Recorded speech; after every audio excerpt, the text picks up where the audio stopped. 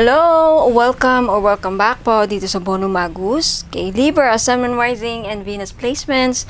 Mga madam and sir, kamusta po kayo? I hope na nasa mabuti po kayong kalagayan. So, in today's video, alamin natin kung ano ang magiging kapalaran ng ating mga Libra signs. And of course, cross watchers, thank you so much. You are welcome to watch and view. Ayan, welcome po kayong manood. Lahat po ng mga cross-watchers. Okay, bago ako magsisimula, ayan, mamimigay po ako ng mga lotto numbers, swertres, ayan, mga numbers sa dulo. Okay, mamaya po, pagkatapos ng reading. So, gawin ko muna yung reading, okay? And of course, as always, paalala lang, this is a general reading. Hindi po ito magre-resonate po sa lahat ng mga nanonood. So just take only what resonates in your situation and leave out the rest. Alright, Libra, Sun, Moon, Rising, and Venus Placements. Mga pasabog or kapalaran ninyo this October 2023.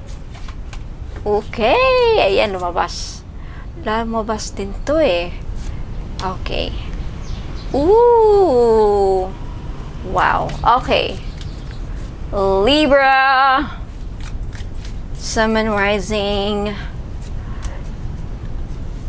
and Venus Placements. Ayan. Okay, ang dami. Ang dami. Okay. First, you have Boot. Increase your efforts if you want to achieve your goals. Okay, so this October 2023, so kailangan pagtiyagain mo pa.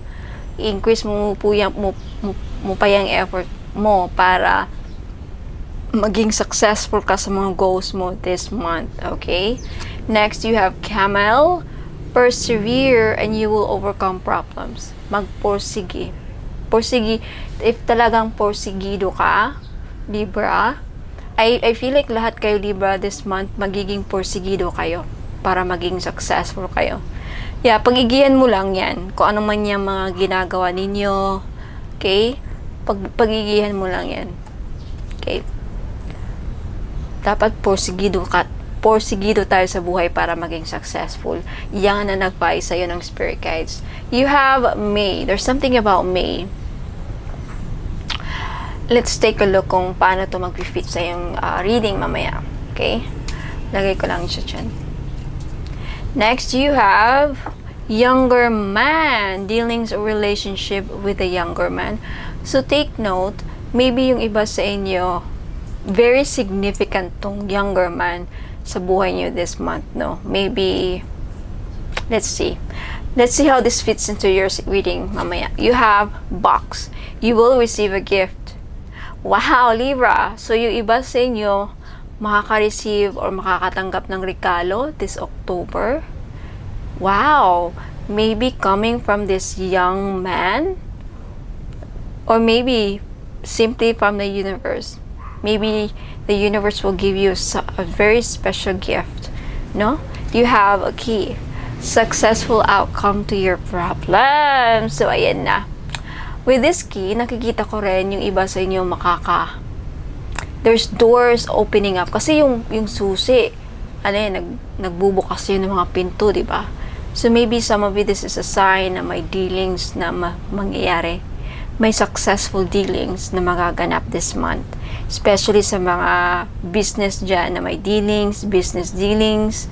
Ayan, may mabibenta kayong mga properties. Ito yung sign. Key is one of the signs that anything related sa house, any related to property, anything related sa key. Ano ba yung si? Could also be sasakyan. Ano mga something nagbubukas? Maybe ito, treasure. Yeah, finally finding a treasure and you opening it up. Wow! Finally, you having the key could also mean that there's a lot of opportunities coming for you this month, Libra. And yan, isa ka. Mabibigyan ka ng susi na lahat yan mabubuksan mo. Lahat ng doors, lahat ng opportunity nasa sayo. Ibibigay. Okay, but definitely there is success for you in this month. Maging successful ka despite sa mga problems na darating. Hindi naman mawawala yan, di ba? Okay. Next, you have Claw. Be careful, do not take risks. So, ayan. So, be careful lang this October. Mag-ingat. Huwag masyadong, don't take risk, sabi nga. Okay? Huwag kumpiyansa, kumbaga. Okay? Maybe with this person, maybe with this young man. You have beware of greed. Ooh. So, Libra, beware of, yun nga, greed. Ano bang greed? Maluho, garapal, greedy, ayan. Next, you have weeping willow, family sorrow. So, yung iba sa inyo this October makaka-experience ng sadness related to family. May aalis, may mag-aaway. I don't know. I don't want to be specific kasi this is a general reading. Okay, next you have success. Oh, yeah, wow. So, definitely October is a month full of success for our Libras. Wow! Congratulations! So, anything more? Okay, parang may kulang pa. Okay, kuha pa tayo. Spirit guides, anything more para sa ating Libra? Ayan na. Okay. Libra. Alright. Madami. You have wealth! Talaga naman. Claim this if I were you. Maging successful kayo this month with regards to your wealth. Libra. Okay? You have March. There's something about March and May. Okay? Take note of this, ha? There's something about March and May.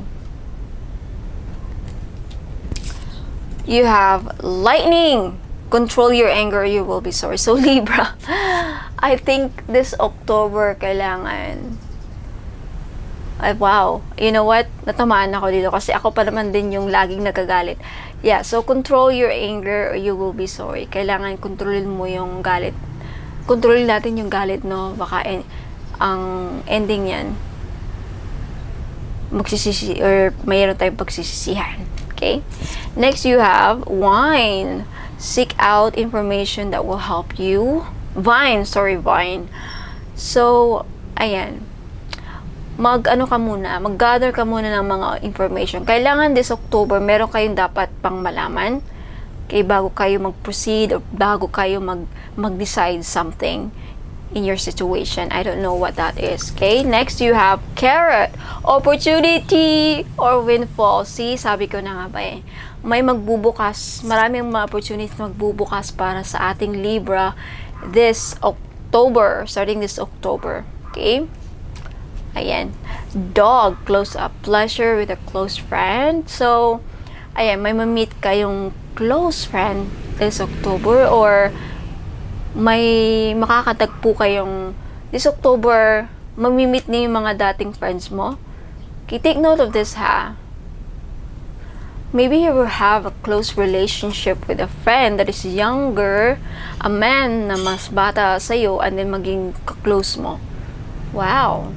Because dog is also loyalty. Maybe this person will be loyal to you. Who knows? You have coins! Money will be coming to you! Wow, Libra. Sun, Moon, Rising, and Venus placements. I claim this because I'm a Libra. Wow. Money will be coming to you. Ang dami, umaapaw ang money. Umaapaw ang success. Umaapaw, saan na yung isa? Wealth, ayan no. Kaperahan, kasaganahan ng ating Libra. Congratulations! Claim this if I were you. Claim the energy of this card. You have legs. Stepping into a new experience. So, ayan. Meron ng bagong chapter na magbubukas para sa inyo, Libra, that would lead to your success and a lot of money. It will bring a lot of money into your life. Okay, whatever that is, take a chance. Ayan. But don't take risk, no? Get more information. Wow! Pay attention to your finances. Okay, this October, mag-ingat sa inyong mga expenses. Okay? Pay attention to your finances. Tignan mabuti kung saan napupunta. Baka bili-bili ka ng bili. Mamaya naubos mo na yung ipon mo. Ayan. Next, you have dogs. There's something. Dogs tea. Pangatlo na to. Getting together with friends. So this October, ayan. Friends are very significant in your life this October. Could also mean na I really do see yung iba sa you, Libra. Ma-meet mo yung mga childhood friends ninyo. Magkikita-kita kayo ng mga classmate ninyo nung unang panahon. Something like that. Para magkaroon ng reunion, parang ganun. Okay. You have Tiger doing something risky, taking a chance. Okay, ingat. Okay, wag masyadong, don't take risk this October. Okay? Mag-ingat. There's something about April, March, April, and May. Wow. Take note of this ha. Baka next year, magaganap to. There's something about big na mangyayari sa'yo next year around March, April, and May, Libra. Take note of that. Hindi ko pa alam. Okay ka na exactly. Maybe yung iba sa inyo is may mawawalan ng maybe this about a family. Itong weeping willow, family sorrow, mangyayari around March, April, or May. Or magiging totally successful ka na. Doors will start opening up for you. And a lot of money will come to you around March, April, or May next year. If hindi mangyayari ngayong October. Okay? Yan ang narinig ko. So, Libra, Sun, Moon, Rising, and Venus placements, yan po ang inyong kapalaran. Okay? For October 23 and next year. March, April, and May. Okay, so magbibigay na ako ng number. Kayo nang bahalang mag-rumble or whatever, i-add ninyo, minus, okay? Gamitin ninyo sa loto or sweatress. Ayan. You have number 2. Number 2 again. Number 4. Number 2 again. Oh my goodness. 2. You have number 3. Number 3. Number 11. Number 11. Number 6.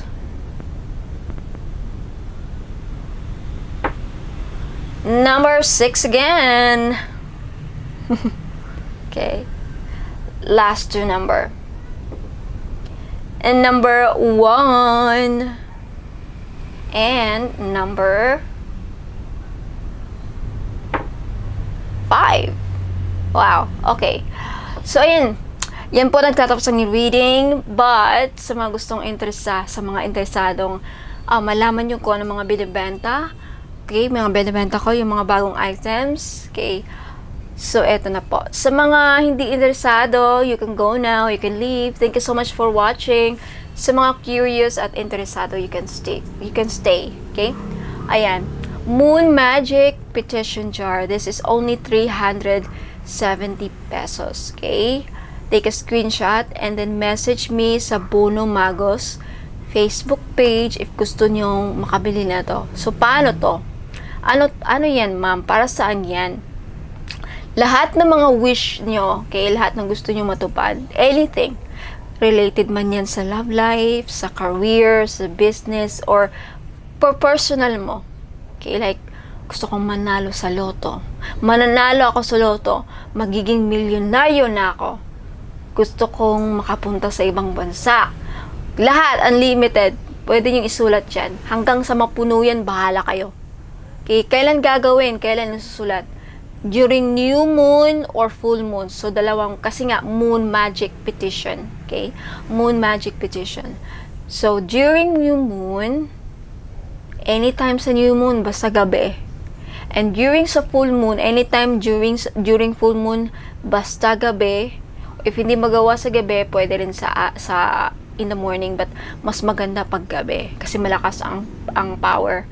Okay? Isulat ninyo sa papel ang mga gusto niyo, mga wishes, mga wish nyong matupad, lahat mga kahilingan ninyo, lahat ng mga hinihiling nyo, unlimited, kahit 100 yan, kahit 1,000, bahala kayo. As long as mailagay nyo yun, isulat nyo maliit, whatever, bahala na kayo. Kada new moon, lagay kayo ng, I don't know, pwedeng minsalan yung ilagay. Pwede ring like every new moon, 2, 3, 1, bahala kayo, okay? So, ayan, for only 370 pesos, basta mag-cash sa dyan, kaya malaki ko na, malaki.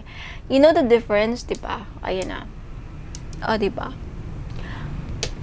Sulit na sulit, diba? And then wait for the result, 90 days to 1 year. 90 days to 1 year po, nangyayari ang mga manifestation. Depende yan sa power ng ano mo and belief mo, okay? So, for only 370 pesos, ayan, may wishing jar ka na. Moon Magic Petition Jar ang tawag ko dito. So, take a screenshot for only 370 pesos, okay? Ayan, very limited items. So, if I were you, bili ka na. Bili ka na habang hindi pa magtataas ang presyo. Okay? Baka mamaya magtaas na ang presyo niyan. 370, take a screenshot and then message me. Okay. So naghahanap pa rin ng panangga sa kulam. Okay, this is 1,000 pesos. Protection sa kulam, mangkukulam, evil spirits, anything related to dark energy. Ayan, 1,000 pesos. Take a screenshot and then message me. Uy, madami na tayong feedback neto sa 2-in-1. 2-in-1 financial blockages removal. This is 850. Ang daming magandang feedback neto. I'm so proud. Okay? Meron pa rin tayong 2-in-1 financial blockages removal. Lifetime to ha, lifetime. Pampaswerte sa negosyo. If may business kayo, ilagay nyo, i-display nyo sa store ninyo, panghatak yan ng mga customer, panghatak to ng customer, pang-attract ng money. Money magnet. Okay? Money magnet to. Ayan. 90 days to 1 year ang result nito. Oh my goodness, I love it. Okay. Ano pa? Mayroon akong bagong spell, Career Success Spell Jar. Career Success Spell Jar. Kung gusto maging successful sa career, then you need this. Okay, 550 pesos only. Take a screenshot and then message mo ka sa Facebook page, Bonum Magus. Okay, what else? Money Spell Jar. Ay, hindi. Mayroon na bang money? Ay, wala pa. Eto, business success. Sa may mga negosyo dyan, gustong maging successful ang kanilang business. Okay, ayan. Take a screenshot and then message me. Ano pa? Relationship Prepare Jar. Kung gusto nyo magka-ayos kayo ng yung person mo, then you need this. 550 pesos. What else? Love and Attraction Spell Jar. Okay? Love and Attraction Spell Jar. If you want to attract the person you love, okay? Love and Attraction Spell Jar. Okay, sold out na sa ngayon yung Justice Spell Jar, but I can make new ones. This is just Justice Spell Jar. 550 pesos. Mas maganda pag black ang ano nyo. Sample lang to ha. Black ang kandilang iturok nyo dito. Okay, I think that's it. Ano pa to? Okay, wala pa to. I think this is the money jar. Yeah, this is the money jar. Money jar. Yeah, money jar. Pero wala pa to, okay? Abangan nyo lang kasi kukuha pa ako ng mga adventuring stones. Wala eh, mahirap kunin to. Mga stones. Okay, Tiger's Eye and Aventurine. Ayan, mamaya na yan. Okay, I think that's it. Of course, bestseller natin, red bracelet, 700 pesos. So, ayan. Guys, mga madam, follow niyo ako sa Facebook page kasi mamimigay ako mid-October ng mga items. Okay, mamimigay ako ng libre. Shipping lang ang babayaran ninyo. So, I'll see you there. Maraming salamat, Libra. Ingat po. Huwag kalimutang mag-like and subscribe. And of course, comment down below. Let me know in the comments. And Kung gusto niyo manalo ng private personal reading, also comment down below. Okay? Ingat po. God bless. Paalam.